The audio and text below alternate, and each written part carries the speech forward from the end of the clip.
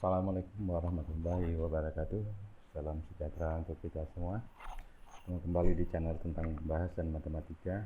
Kali ini kita akan melanjutkan video sebelumnya, yaitu trigonometri bagian kedua. Kali ini kita akan bahas materi tentang trigonometri di berbagai kuadran dan sudut-sudut yang berelasi. Pertama, kita akan bahas tentang trigonometri di berbagai kuadran. Perhatikan gambar. Kita akan coba mengimplementasikan perbandingan trigonometri di koordinat, baik itu koordinat kartesius maupun koordinat kutub. Kita akan mengenal dua buah sumbu, yaitu sumbu X, sumbu datar, dan sumbu Y, yaitu sumbu tegak. Untuk perhitungan sudut atau besar sudut berpatokan di sumbu X positif sebagai 0 derajatnya, kemudian arahnya adalah berlawanan arah jarum jam, sehingga sumbu tegak di Y positif itu sebesar 90 derajat. Lanjutkan kemudian 180 derajat, 270 dan 360. 0 sampai 360 itu satu putaran penuh. Satu putaran penuh ini akan kita bagi menjadi 4 kuadran, ya, kuadran 1, kuadran 2, kuadran 3, dan kuadran 4. Kuadran 1 itu sudut-sudut yang terletak di kuadran 1 yaitu sudut dari 0 derajat sampai 90 derajat, atau kalau dalam radian dari 0 radian sampai setengah di radian. Untuk kuadran 2 dari 90 derajat sampai 180 derajat, atau setengah pi radian sampai ke pi radian. Begitu juga untuk di kuadran 3 itu mulai dari 180 derajat sampai 270 derajat. Dan yang terakhir adalah kuadran 4 dari 270 sampai 360. Kita akan bahas satu persatu sudut-sudut yang terletak dari kuadran 1, kuadran 2, kuadran 3, dan kuadran 4. Baik, untuk kuadran 1, ya, pertama kita buat sebuah lingkaran yang berjari-jari R. Kemudian kita akan menentukan perbandingan trigonometri untuk sudut alfa. Kita misalkan alfa adalah sudut yang terbentuk antara sumbu X positif dan garis OP, di mana P memiliki koordinat A, B. Yang pertama akan kita lakukan adalah kita proyeksikan titik P ke sumbu X. Kita ingat kembali bahwa sinus alfa adalah sisi depan sudut per sisi paling panjang. Dari gambar kita akan dapatkan bahwa kalau di sini alfa, sisi depan sudutnya adalah B, panjangnya adalah B, dan sisi paling panjangnya R, dan sisi apit sudutnya adalah A. Maka sinus alfa sama dengan B per R. B per R. Jadi sinus alfa itu adalah nilai dari ordinat titik P dibagi jarak titik pangkal ke titik P, yaitu R.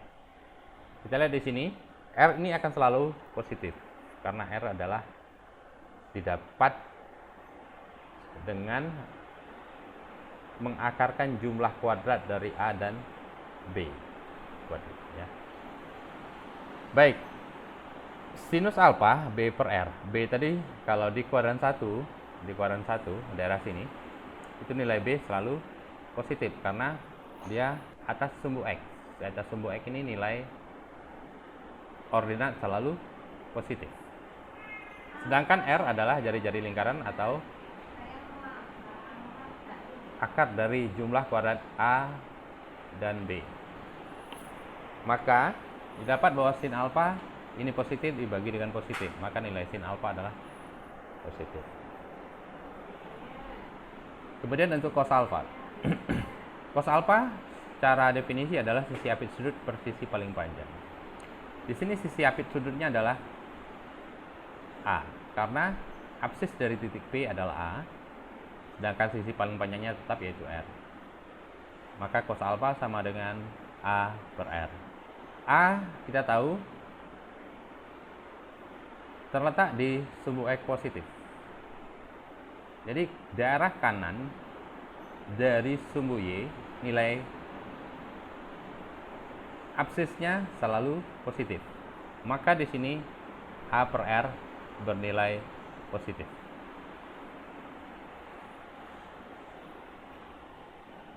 Untuk tangen alfa, definisi dari tangen alfa adalah sisi depan sudut per sisi apit sudut. Tadi sisi depan sudut B, isi apit sudutnya adalah, maka kita dapatkan bahwa tangen alfa B per A, dan ini lagi-lagi bernilai positif. Dapat kita simpulkan bahwa untuk sudut yang terletak di kuadran pertama ini semuanya positif. Jadi perbandingan trigonometri untuk sudut-sudut yang terletak di kuadran 1 yang besarnya terletak antara 0 sampai 90 derajat itu semua perbandingan trigonometrinya bernilai positif. Baik, kita lanjutkan. Kali ini kita akan menentukan relasi sudut yang saling berkomplemen, yaitu sudut-sudut yang berpenyiku. Istilah lain dari komplemen adalah penyiku. Artinya sudut yang saling berpenyiku itu jika dijumlahkan mereka akan menghasilkan 90 derajat. Baik, seandainya titik P ini kita putar atau kita rotasikan sehingga koordinat P aksennya itu B, A. B, A. Kita akan dapatkan bahwa besar sudut antara sumbu Y, ya sumbu tegak, dengan garis O P aksen itu sebesar alfa. Sebesar alfa.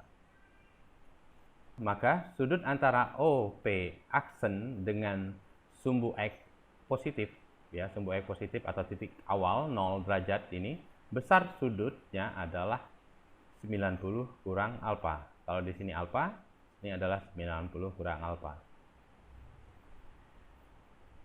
Kita akan coba menentukan trigonometri dari 90 kurang alfa, ya, sudut 90 kurang alfa, dan hubungannya dengan perbandingan trigonometri sudut alfa. Baik, yang pertama sama seperti tadi, kita coba proyeksikan titik P aksen ke sumbu X.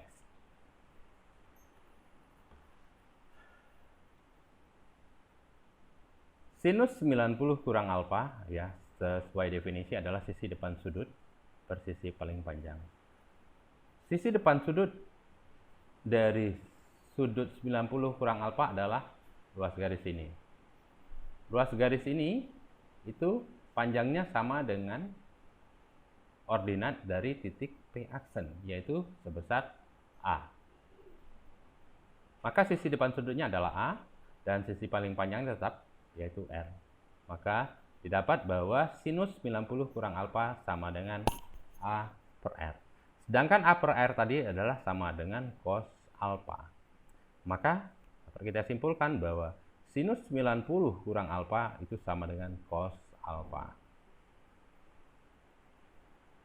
Begitu juga untuk cos 90 kurang alfa, sesuai definisinya, sisi apit sudut per sisi paling panjang, sisi apitnya adalah sisi ini. Panjang sisi ini itu sama dengan absis dari titik P aksen, yaitu B. Sedangkan R-nya tetap, maka cos 90 kurang alfa sama dengan B per R. Sedangkan B per R tadi adalah nilai dari sin alfa. Maka kita simpulkan bahwa cos 90 kurang alfa sama dengan sin alfa.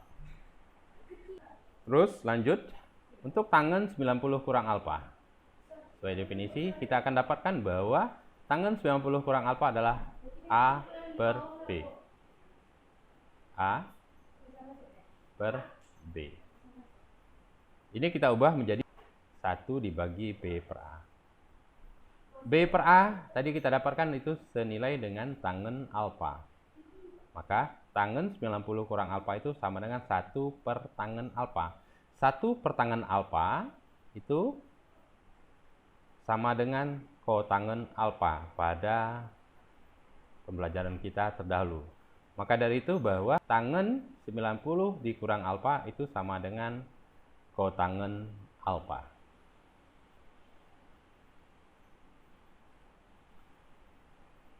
Selanjutnya untuk kuadran kedua. Kuadran kedua daerah sini, yaitu sudut yang terletak antara 90 derajat sampai 180 derajat. Perhatikan gambar. Seandainya kita putar P A, B ini, kita rotasikan sehingga koordinat titik P aksen itu menjadi min A, D. Min A, B. Maka sudut yang terbentuk antara sumbu X negatif dengan garis O P aksen adalah sebesar alfa. Maka besar sudut yang terbentuk antara sumbu X positif dengan garis O P aksen adalah 180 kurang alfa. Sudut alfa dan 180 kurang alfa ini disebut juga dengan sudut yang saling bersuplemen, yaitu jika dijumlahkan itu sama dengan 180 derajat.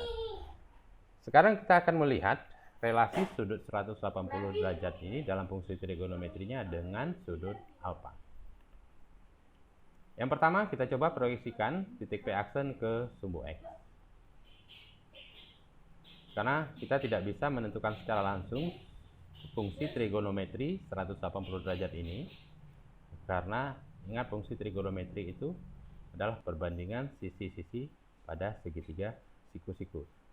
Sedangkan untuk sudut tumpul yang melebihi 90 derajat itu tidak akan mungkin kita buat segitiga siku-siku. Jadi untuk menentukan fungsi trigonometrinya kita gunakan segitiga dari sudut suplemennya.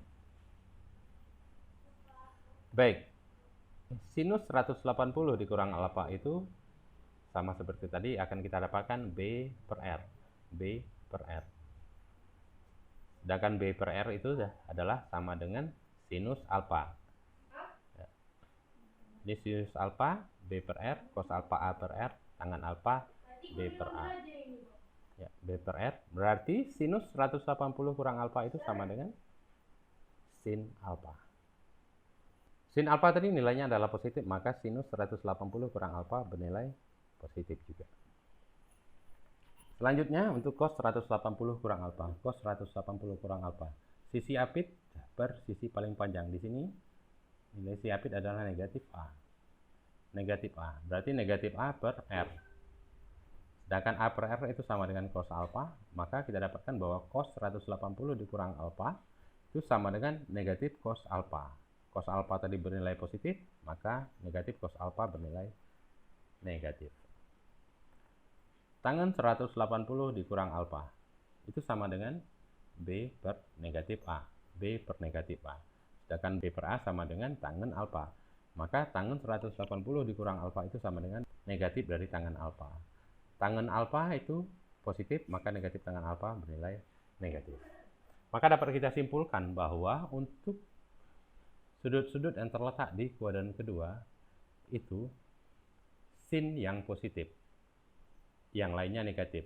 Artinya sin dan 1 per sin bernilai positif. 1 per sin itu adalah cosecant. Berarti sin dan cosecant yang bernilai positif, sedangkan yang lainnya bernilai negatif.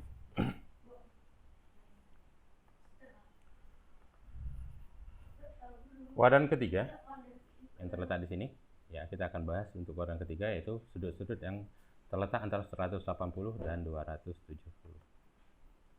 Perhatikan gambar. Kita ubah atau kita putar, kita rotasikan titik P A, B ini sehingga titik P aksennya adalah negatif A, negatif B, terletak di kuadran ketiga. Maka kita dapatkan bahwa sudut yang terbentuk antara sumbu X negatif dengan garis O P aksen adalah sebesar alfa. Maka kalau kita ukur sudut antara sumbu X positif dengan garis OP aksen, kita akan dapatkan 180 ditambah alfa.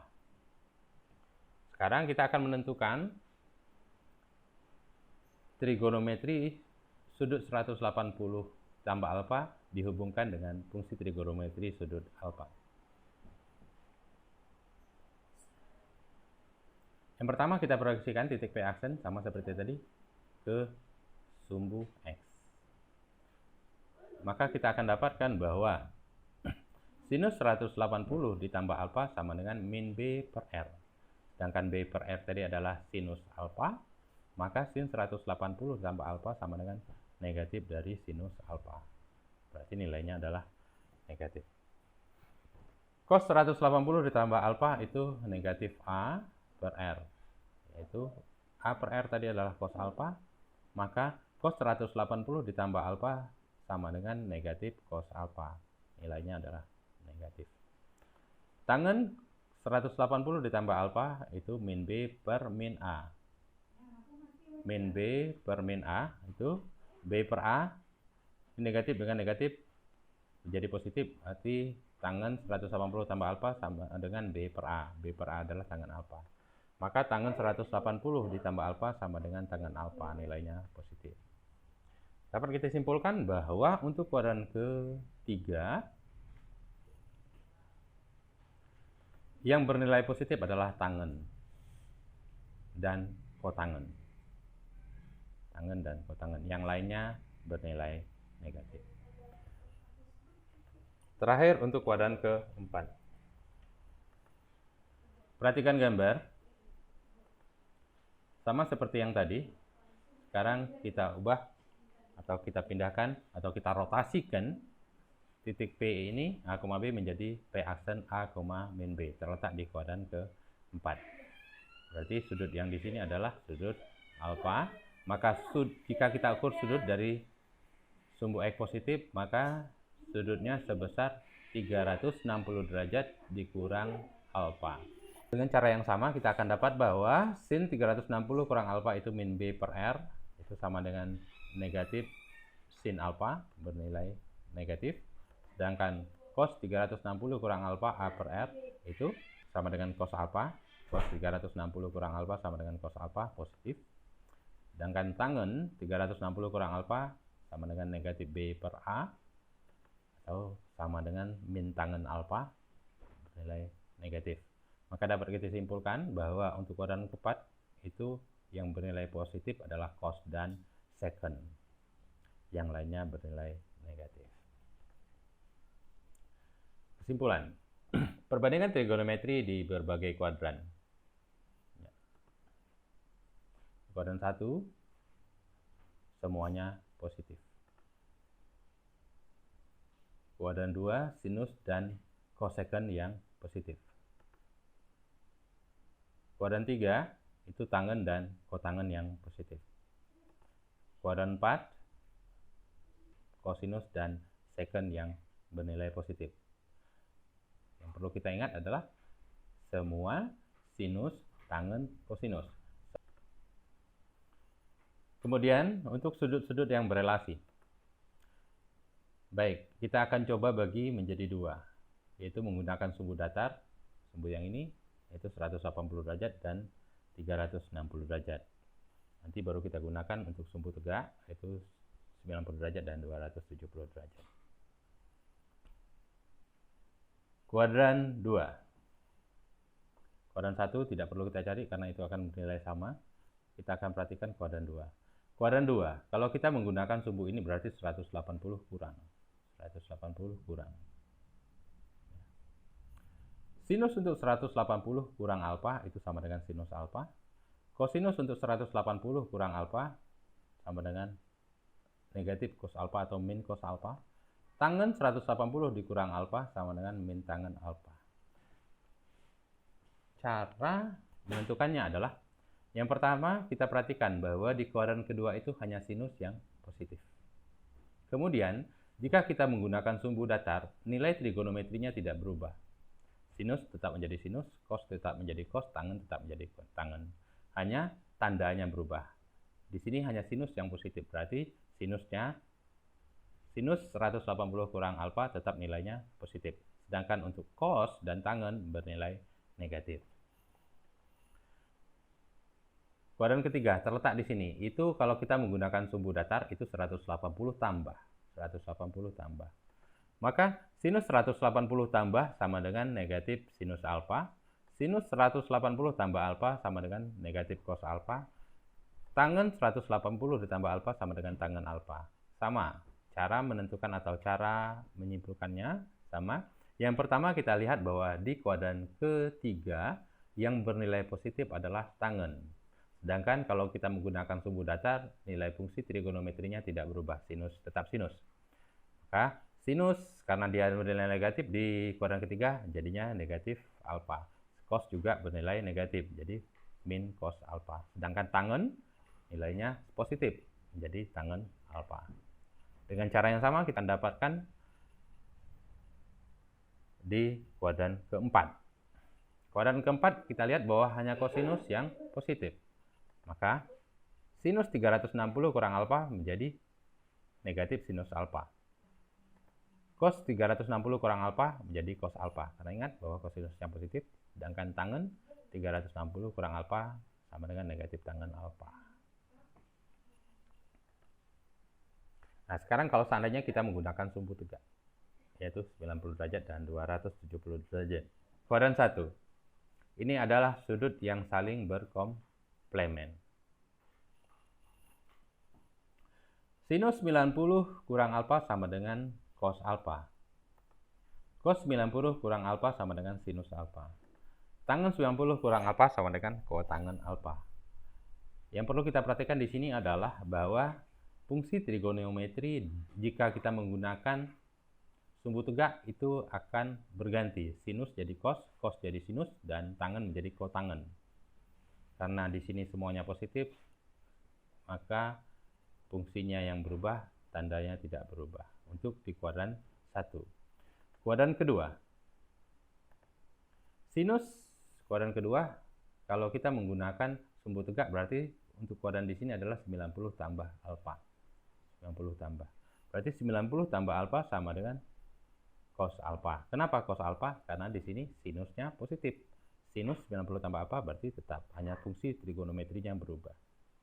Sedangkan untuk cos 90 tambah alfa, di sini si cos adalah negatif, maka dia menjadi negatif sinus alfa. Tangen 90 tambah alfa sama dengan negatif dari kotangen alfa. Jadi kalau kita menggunakan sumbu tegak, nilai trigonometri berganti. Dan tanda positif dan negatifnya tergantung letak di kuadran mana. Dengan cara yang sama kita akan dapatkan untuk kuadran ketiga dan kuadran keempat.